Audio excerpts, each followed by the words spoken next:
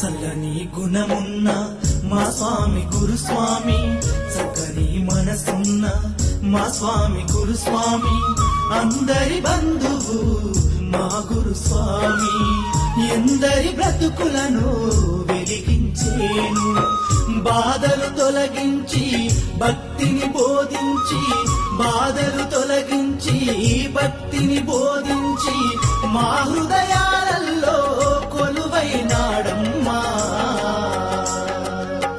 గురుస్వామి సేవలు చేసే భాగ్యము మకు దక్కేనయ్యా, గురుస్వామి సేవలు చేసే భాగ్యము మకు దక్కేనయ్యా.